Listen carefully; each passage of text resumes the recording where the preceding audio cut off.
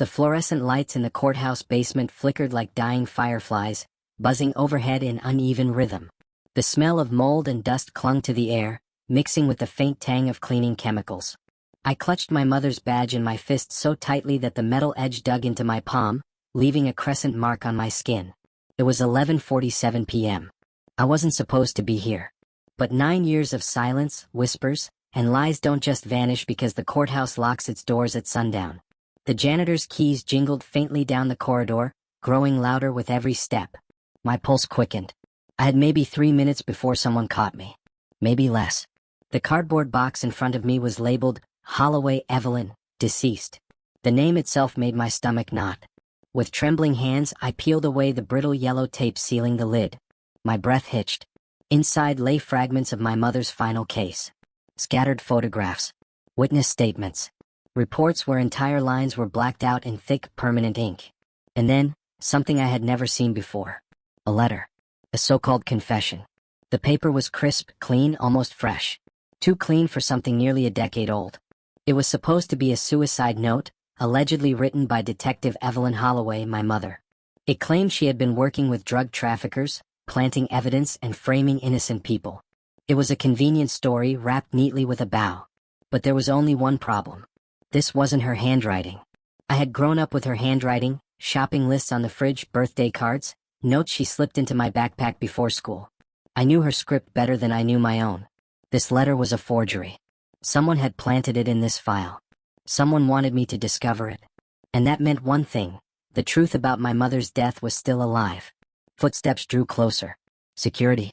My hands shook as I pulled out my phone, snapping photo after photo of every document, every redacted page, every damning lie. The camera shutter sounded too loud, each click echoing in my skull like a gunshot. But I kept going until I had proof. Because what I uncovered in that box wasn't just about clearing my mother's name. It was about exposing the rot festering in every corner of Crestwood's justice system. I shoved the files back, closed the box, and slid into the shadows just as a guard turned the corner. He didn't see me, but I saw him. He checked his phone. Made a call. His face blank but his tone urgent. They were watching. They had always been watching. And now the spotlight was on me. I had to decide, walk away and let the lies stand, or risk everything to finish what my mother died trying to do. The rain was relentless that night. Sheets of water pounded the asphalt, running in rivers across the cracked pavement of an abandoned lot. Connor Blake stood across from me, his expensive suit soaked, his practiced politician's smile nowhere in sight. Behind him, Sergeant Miller shifted uncomfortably, his hand twitching near the butt of his weapon, rain dripping from the brim of his cap. Between us sat 3 kilos of cocaine in a black duffel bag. Evidence. Or rather, planted evidence. "You're making a serious mistake, Holloway," Blake said, his voice low and deliberate. His tone was meant to intimidate, but I caught it, the tremor beneath the words. Fear.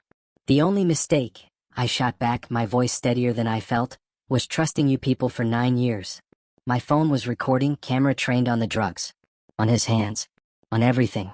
Tell me, Captain," I said, "how many innocent people have you destroyed with that same bag?" His eyes darted to the phone, then back to me. For the first time, Connor Blake, the golden boy of Crestwood PD, the man who controlled the city from the shadows, looked exactly like what he was. A criminal caught red-handed. "Turn that off. Now." Miller took a step forward, rain spattering across his boots. "No," I said. "This ends tonight." What they didn't know was that I had been preparing for this moment for half a year. Ever since I found the real story buried in my mother's files. Detective Evelyn Holloway hadn't killed herself because she was corrupt.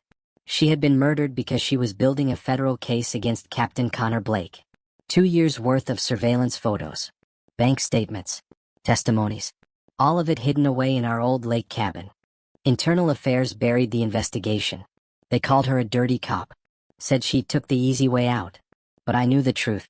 And now Blake did too. "Your mother was a good woman," Blake said suddenly, his tone changing, almost soft. It was the same fake sympathy he'd used in every press conference. "She just got in too deep. Made bad choices." "Like what?" I shot back. "Refusing to plant evidence for you?" His mask dropped. "That's a dangerous accusation." "It's the truth. Just like what you did to Andre Lewis, Marisol Vega, Tanya Brooks." I watched him flinch with each name. "Yeah," I continued, stepping forward, "I know about them. All of them. Traffic stops in poor neighborhoods. Evidence appearing from nowhere. People convicted in days because they couldn't afford a real defense. You destroyed their lives, Connor. And you thought no one would ever connect the dots. His jaw tightened. Miller, he barked. The sergeant moved forward, handcuffs ready. Arrest her. For what? I demanded. You haven't read me my rights. You haven't named a charge. And you're standing here holding drugs you planted in my car. Blake smirked. Possession. With intent to distribute. 3 kilos, that's federal time. Prove they're mine. That's when I played my card. I reached into my pocket and pulled out a coin-sized GPS tracker. This, I said, holding it up, has been recording your movements for 6 months. Every late-night trip to Clearbrook warehouse. Every meeting with your dealers. Every stop you made in places no police captain should ever be. Blake lunged forward, but I dropped it to the ground and crushed it under my heel. Don't worry, I said. That was just the backup. His eyes narrowed. The real data's already uploaded. You're bluffing. Try me. Then it happened. Headlights cut through the rain. 2 unmarked sedans. A black SUV. I recognized it instantly. The FBI. Blake's face fell, the last remnants of confidence draining away. What did you do? He whispered. My job, I said.